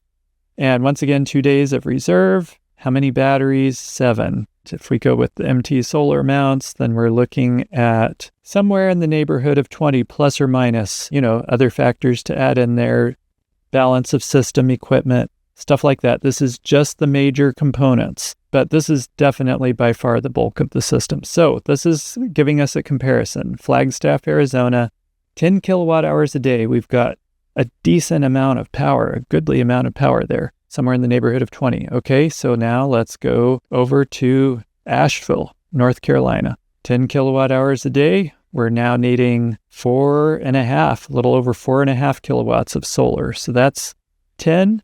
So we'll just plug in 10 solar panels. Days of reserve, we'll go with 3 still. It's telling us that we need 10 batteries. So we'll do 10. Let's look at the options for mounting. You could probably do the Sinclair for this and you might save a little. It's going to be pretty close between the two. So whatever your site works best with, I'm just going to plug that one in for now. Here we have somewhere in the neighborhood of 25. Remember, the difference between Flagstaff and Asheville wasn't very much with the 5 kilowatt hour system, but with the 10, it's widening a little bit, probably in the 25 to 30 range. We're moving on over to Concord, New Hampshire. 5.6 kilowatts now needed for December. Once again, a couple extra for December. Let's just bump it up a little extra, 14, if you can swing it, if you can fit it in your budget. This is where, when we start getting into these bigger systems, it might be too painful to do 5 days of reserve. Look at that, 16 batteries, which is actually maxing out how many you can go with most of these server rack batteries. It's a maximum of 16. It might be advisable, unless we step it down to 4 days of reserve, which I think we probably could do here in New Hampshire. That would be 13, 12 or 13. So let's do that. We're definitely going to need to step up to a larger battery when we go to the next system up. Definitely, once you add the cost of the post-in, the Sinclair is cheaper. So it'll depend on your site and how much snow you get. If you get a lot of snow, then it might be worth it to you to go with the MT solar. But if not, then the Sinclair is probably going to save you some. And here we are over 30, between 30 and 35. So you could see the cost going up significantly here just based upon location. And we haven't gotten to the worst of it yet. And now we're going to our final destination of Spokane, Washington. And we've got 10 kilowatt hours a day plugged in. And look at this. Ouch. Between 8.5 and 9 kilowatts. So we're up to 19 there. If we could do it, let's put 20. If you can swing 20, then do 20. Then as far as batteries, this is a location where 5 days of reserve would be really good. So if you could, that would be great, but I'm going to stay in keeping with what we've been doing for the others for budgetary constraints. This would be a location where the MT solar would be beneficial, but there are some areas over in the Spokane area where they don't get a ton of snow that builds up. And so you could get by with the Sinclair, but I'm going to leave the MT solar in there, and we're solidly 35 and more actually, because we've got the steel post for the MT solar. You can see getting a wider range of divergence here from the Flagstaff example, which was right around 20, to Spokane, which is 35. So then that brings us to the third lifestyle, which is what I call the generous home, and that's 20 kilowatt hours per day. Now, we're talking about 4 times the power of the efficient home and twice as much as the moderate home. You're still using less than the national average of 30 kilowatt hours a day, but you've got some serious capacity and you've got some serious production and some serious power usage here. And this is where things get interesting, because now you can start bringing back some of those big 4 into the electric column if you wanted to. For instance, maybe you decide to go with a heat pump water heater instead of propane. They're super efficient. They use about 1/3 of the power that a traditional electric water heater uses. And now you've got the power budget for it. That way you're not using gas. You're using energy that you can produce from your solar panels. And so that's awesome if you can do something like that. And if you were careful with your other power usage, you could even do something like this with the 10 kilowatt hour a day. But we're packing it into here if you wanted to. Also, you could run more aggressive heating and cooling, maybe 2 or 3 mini splits throughout the house, depending on your amount of usage and what your climate is and how well insulated your house is and things like that. The sky's the limit here. Well, actually, your budget is the limit, because this system size gets substantial, especially in the tougher northern climates. So let's take a look at what that looks like now. Okay, so once again, we're kicking it off in Flagstaff, and let's see what we got here with 20 kilowatt hours a day. So now we need almost 7 kilowatts of solar. We'll plug in 16 solar panels with that. Once again, 2 days of reserve. We're at 13, so we could still leave it with the server rack batteries. If you wanted to, you could move up to like the Midnight Power Flow 16. That would be only 4 of them required. The cost per kilowatt hour is lower with the server rack batteries. They're not rated to last as long. All things being said, the larger batteries could even be a cheaper lifetime cost, but this keeps your initial investment down if you go with the server rack batteries. So we'll just do that for now. Because we've got 16, let's just compare these two. Yeah, I think you're going to be better off with the Sinclair. And then we've bumped this up to 2 Midnight inverters, because you're going to have to take a look at the Emporia view on your house to see what your highest simultaneous power usage is, at one point in time. And maybe you only need 1. But for when we're getting up into this size of system, I think it's safer to have 2, because you've got some bigger stuff that's running. There's the potential that you could need more. So I'm doing that to be safe, with the understanding that you could potentially bump it down if you were able to prove that you didn't need 2. But having 2 also gives you some redundancy, which is nice. Okay, let's see what our price is. $37,750. So between 35 and 40-ish. For the major components. So there we have it. That's kind of our baseline. This is a big system.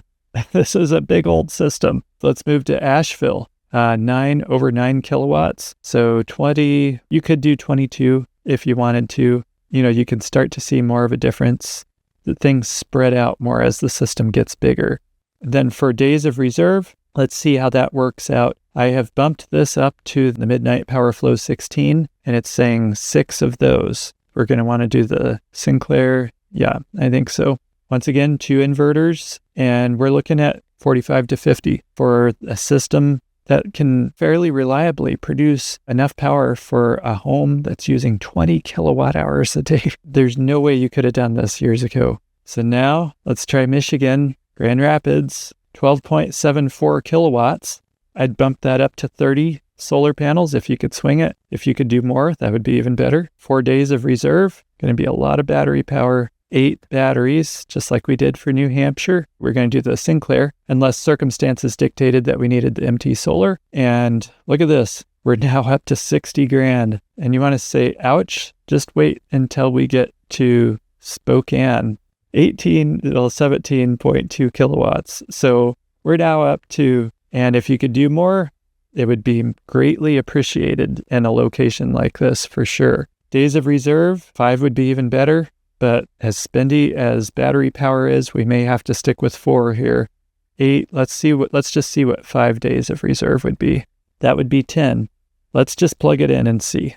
And then you could save yourself a bundle with the Sinclair designs, unless you were in a situation where you really needed to get it up. And now, ouch. So 72, let's just go with what the calculator says, knowing that that's far from perfect. 72 in the worst case scenario, down to 37 in Arizona. Wow, what a difference location makes, and what a difference the power usage makes. Remember, this is like a completely different universe. Even in Spokane, it was a fairly reasonably priced system for the 5 kilowatt hours a day and wasn't awful for the 10. So I hope that this illustrates to you why it's super important to do one of two things.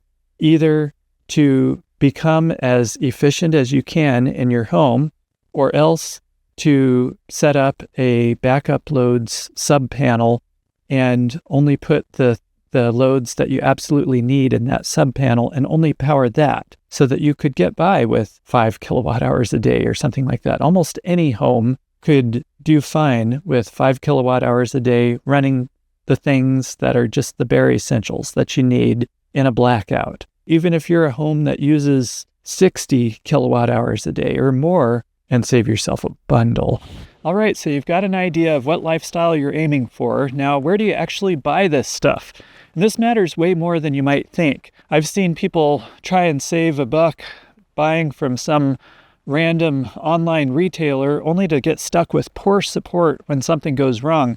And trust me, when you're troubleshooting a system, the cheap price doesn't sound like such a good idea anymore. Make absolutely sure that wherever you buy from has real off-grid experience and solid customer support. Ordering is pretty straightforward. On the BlackoutProof resources page, I'll have a link that loads the major components for each package directly in your cart.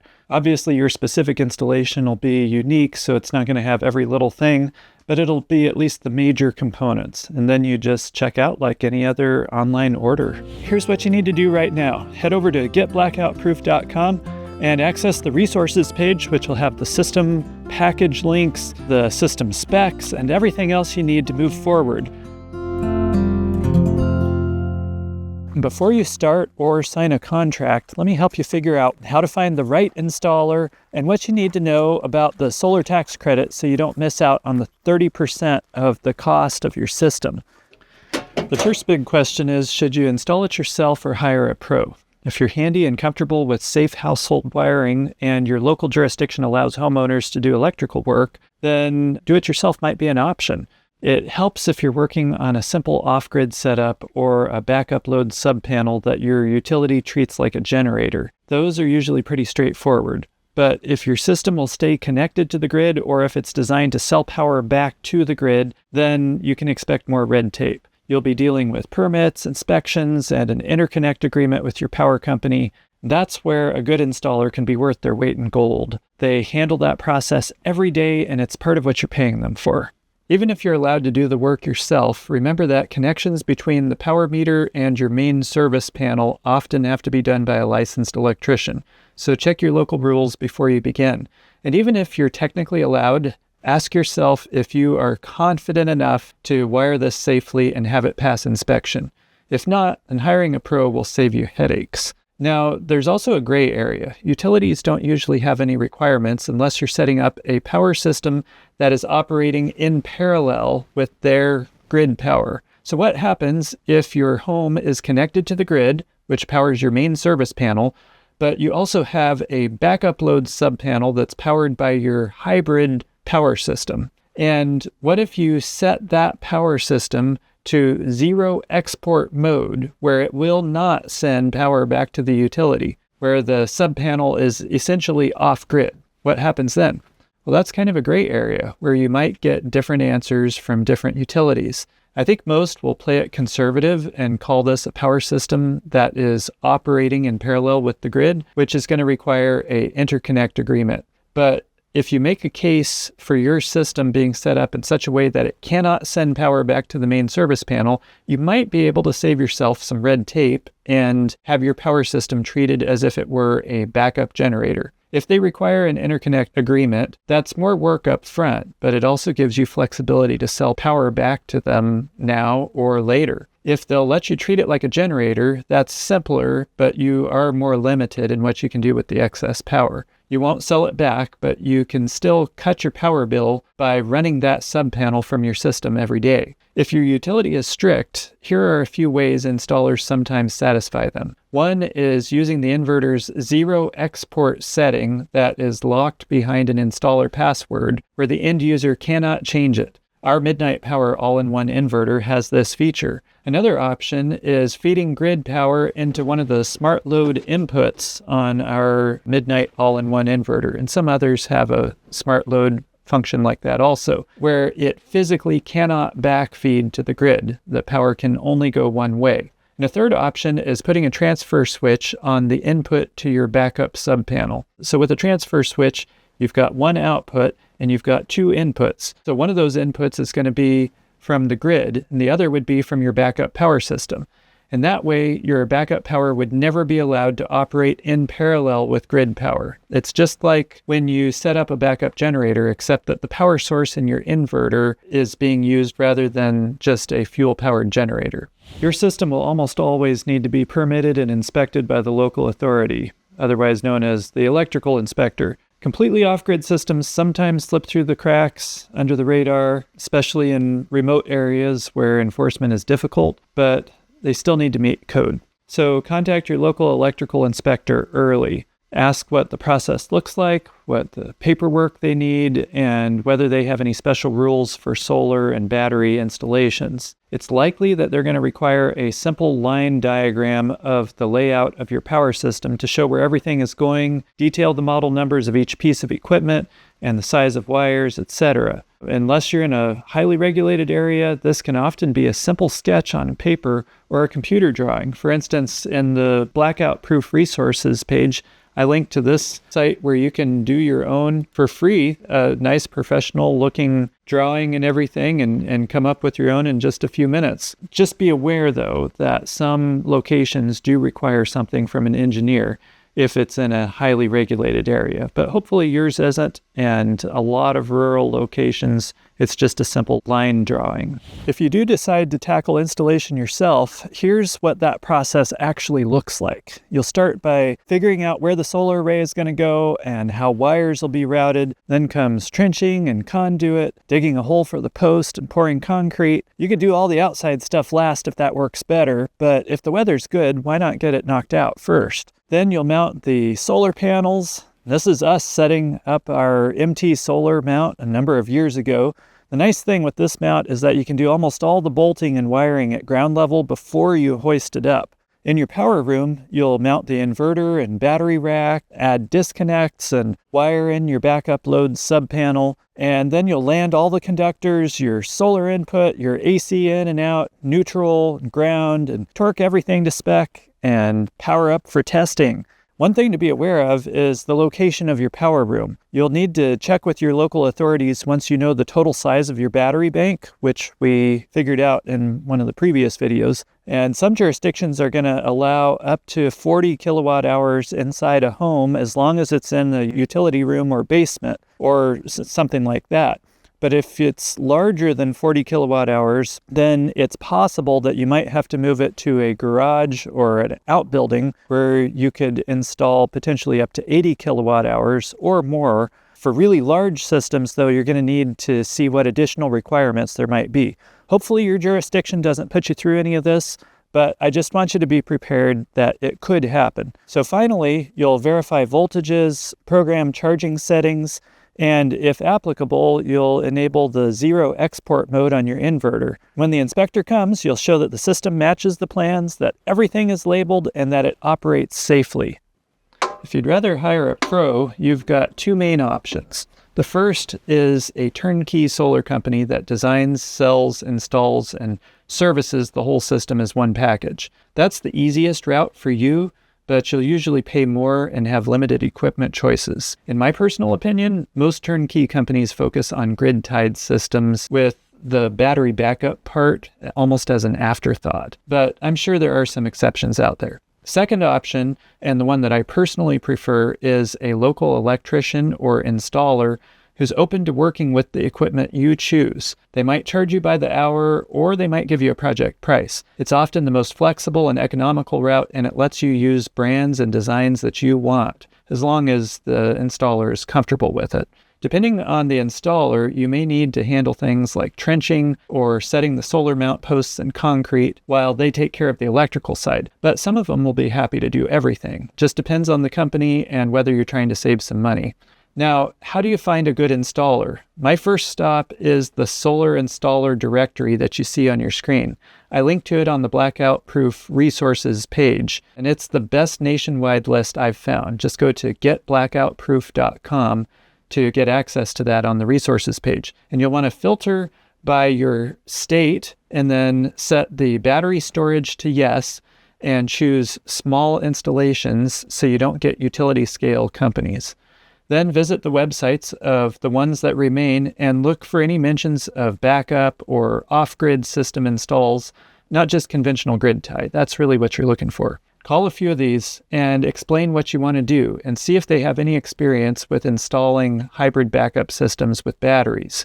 On the BlackoutProof resources page, I've put together a one-page call script that you can use when talking to installers to make that conversation easier and to help you identify the better options. You can also ask your local electrical supply house, the place where your electricians go to get their electrical supplies. You can call them up and ask them which electricians that they're aware of who regularly install solar backup systems with batteries. And then the third option is you can do a Google search for solar equipment retailers in your area. I'm talking about companies that carry brands like Midnight Solar, SolarArc, Outback, companies like this, and then ask them if they know of any good installers in the area.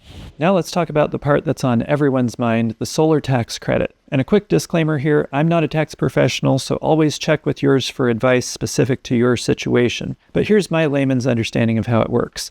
The federal solar tax credit, officially called the Residential Clean Energy Credit, gives you a dollar-for-dollar reduction on your income tax equal to 30% of the cost of a qualifying system. Here's the form 5695. My understanding is this includes your solar panels, inverter, batteries, racking, wiring, balance of system components, and even design and installation labor. And yes, standalone battery systems qualify too, even without solar, as long as the battery capacity is at least 3 kilowatt hours, which isn't going to be hard to do. It's a true credit, not a deduction, which means it directly reduces the amount of tax you owe. If you spend $10,000 on your equipment and labor, then you get $3,000 off your tax bill. If your credit is larger than your tax bill this year, you can carry the remainder forward to next year. Just remember, it doesn't apply to self-employment tax, just to personal income tax. So you'll still have to pay the self-employment portion if you owe any. Now, here's the big catch. To claim the credit, your system must be installed and placed in service by December 31, 2025. The actual language from the law says, quote, "The credit allowed under this section shall not apply with respect to any expenditures made after December 31, 2025, unquote. Now, some folks thought this means that they only have to buy it by the end of the year, but the IRS released a Q&A document with their interpretation, and it asks this question, quote, "Can a credit be claimed for property installed after December 31, 2025, or constructed after that date if a taxpayer pays for the property on or before December 31, 2025, unquote. So that was the question. Now here's their answer. No.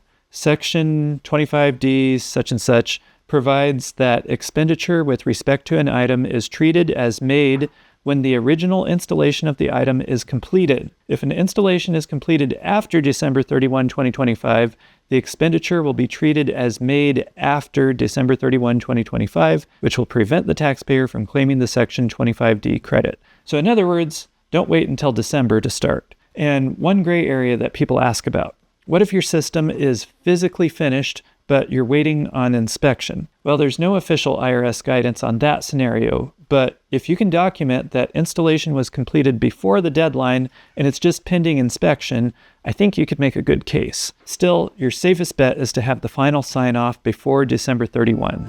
Since we're talking timing, here's a quick timeline to stay on track. This month, decide whether to do it yourself or hire it out. If you're hiring, then start calling installers now so you can secure someone before everyone else rushes at the end. You know how that goes. And as quickly as you can, get your permits submitted and order any long lead items like racking, batteries, inverters, stuff like that.